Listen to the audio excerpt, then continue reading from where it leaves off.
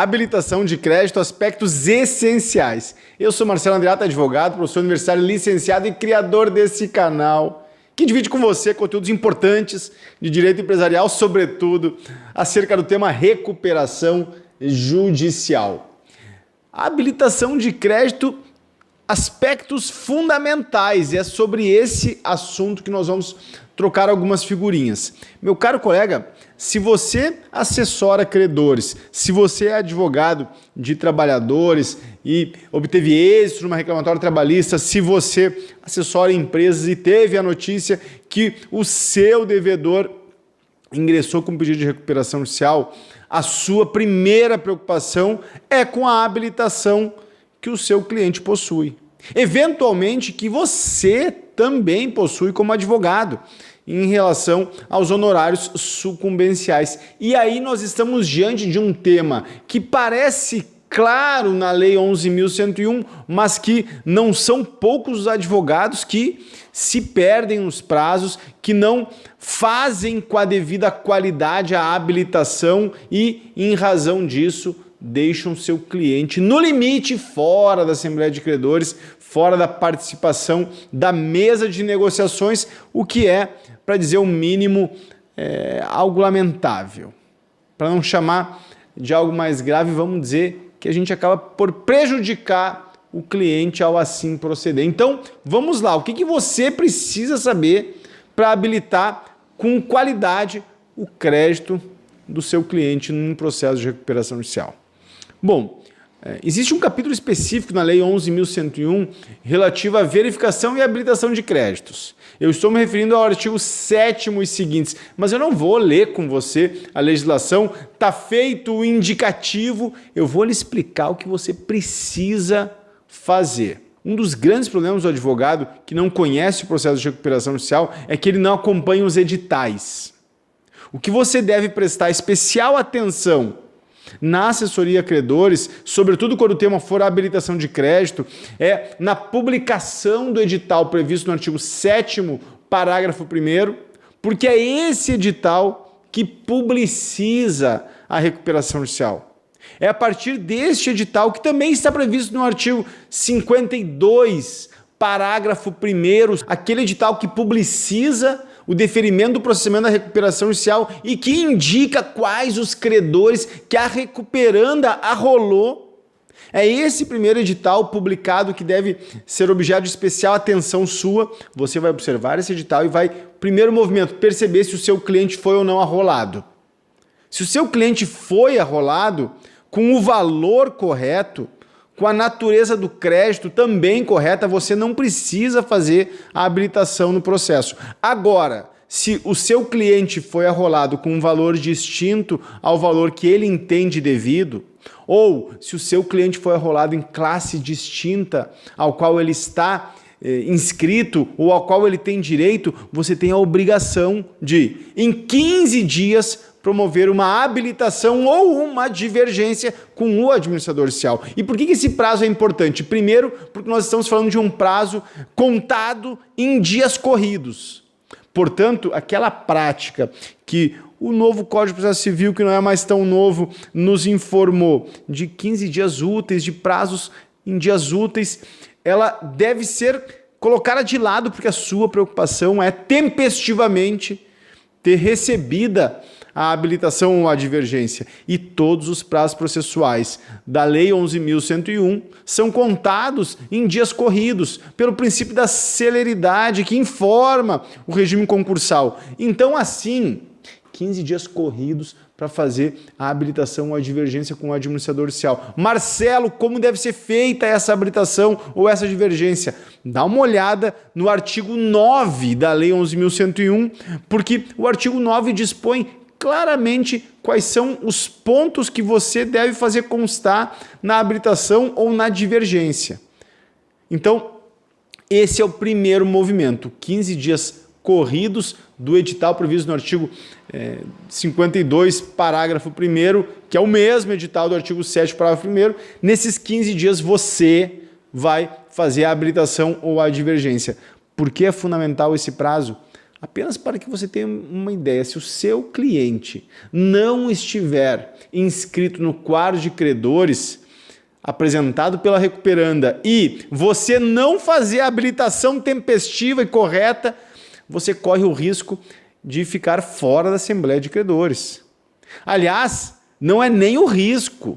A lei é expressa no sentido de afirmar que, não realizando a habilitação com o administrador judicial, você não terá direito de participar da Assembleia de Credores. Então, essa é uma tarefa fundamental. Marcelo, eu perdi esse prazo, o que eu posso fazer? Você pode fazer uma habilitação retardatária ou uma impugnação ao quadro de credores, porque o rito processual é o seguinte: o administrador judicial tem o prazo de 15 dias para receber as habilitações e divergências daquele edital que eu já mencionei 2 vezes aqui, e depois desses 15 dias ele tem 45 dias, todos os prazos corridos, dias corridos, ele tem 45 dias para apresentar o quadro geral de credores do administrador judicial, previsto no artigo 7º, parágrafo segundo, previsto no artigo 7º, parágrafo 2º. Então, o administrador judicial vai juntar esse edital, que não é mais o edital da empresa, é o quadro de credores que o administrador judicial confeccionou, e aí você vai ter prazo para impugnar esse quadro de credores. Qual é a diferença dessa impugnação para a outra habilitação? A impugnação é judicial.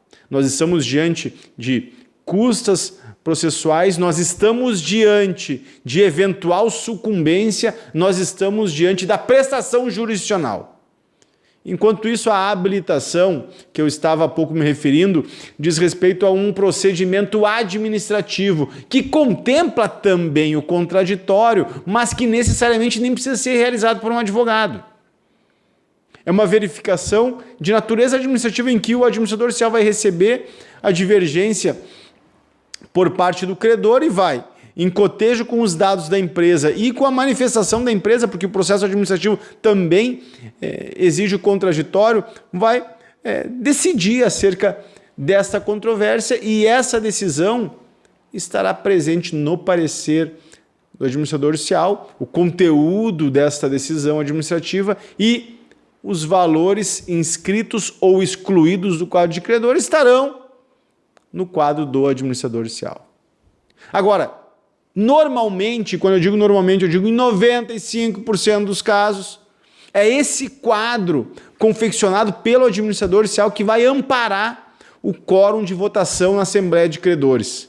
É esse quadro de credores que vai informar a votação do plano de recuperação judicial. Por isso, a ausência de uma atuação diligente com relação à habilitação ou à divergência pode ser desastrosa para seu cliente. E o acompanhamento do processo não se faz pelas notas de expediente, se faz pela publicação dos editais, especialmente desse primeiro ou mesmo do segundo edital. Até porque o prazo para impugnação ao quadro de credores apresentado pelo administrador judicial não é mais de 15 dias.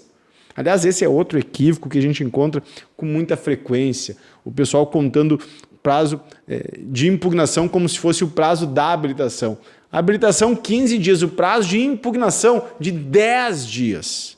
De 10 dias do quadro de credores apresentado pelo administrador judicial. Do edital previsto no artigo 7º, parágrafo 2º. Tá bem? Então, você compreendeu em linhas gerais o procedimento. Marcelo, fiz a impugnação. A impugnação foi improcedente, eu não obtive sucesso. O recurso dessa sentença é uma apelação? Não! Esse é outro erro crasso que a gente seguidamente verifica nos processos de recuperação judicial. O recurso, a sentença que decidiu sobre a impugnação é o agravo, e isso tudo está nos termos da Lei 11.101. Por isso você tem que ter muito cuidado nesses detalhes. Tá bem? Outra questão relevante, crédito trabalhista. Eu posso fazer uma habilitação retardatária e participar da Assembleia?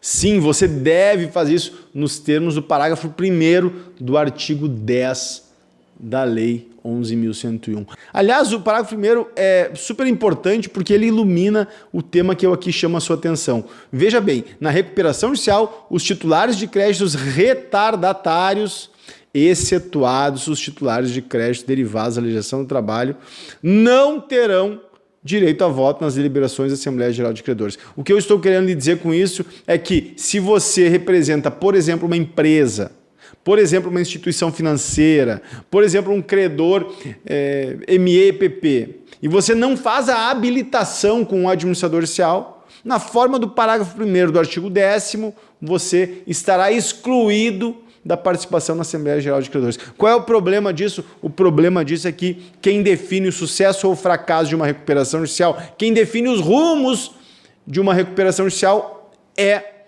o concurso de credores alinhado na Assembleia. Então você estará excluído das negociações. Provavelmente o seu crédito sofrerá um maior deságio, um maior alongamento, porque a empresa sabe que você sequer participará do conclave. Tá bem? Todos os cuidados colocados aqui, você fará o trabalho com excelência. Marcelo, eu quero aprender mais sobre um instituto, eu quero trabalhar com recuperações judiciais. Meu caro colega, visite a proposta do treinamento avançado em recuperação judicial 2.0, que eu compartilhei com você aqui abaixo na descrição. Eu compartilho tudo o que é preciso saber, seja do ponto de vista de competências jurídicas, seja do ponto de vista de estratégias de prospecção para você ingressar nesse mercado. Visite a proposta e me diga a sua opinião. Por último, sucumbência. Não se esqueça de habilitar a sucumbência nos processos em que você atuou na classe 1, crédito trabalhista.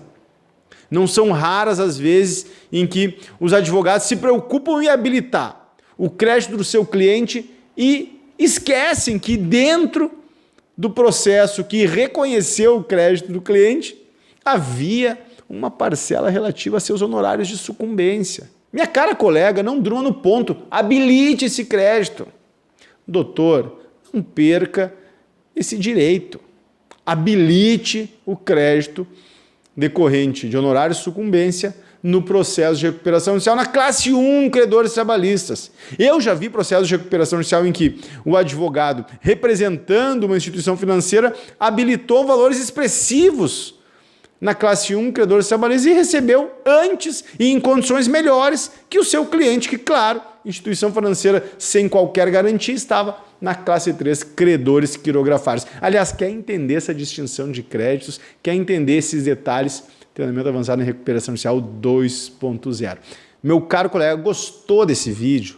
Então faz o seguinte, se inscreva nesse canal, curta esse vídeo, me envie algum comentário, seja sobre habilitação de crédito ou sobre outro tema que envolve esse extraordinário processo, que é o processo de recuperação judicial. Tá bem? Então, sucesso e em frente.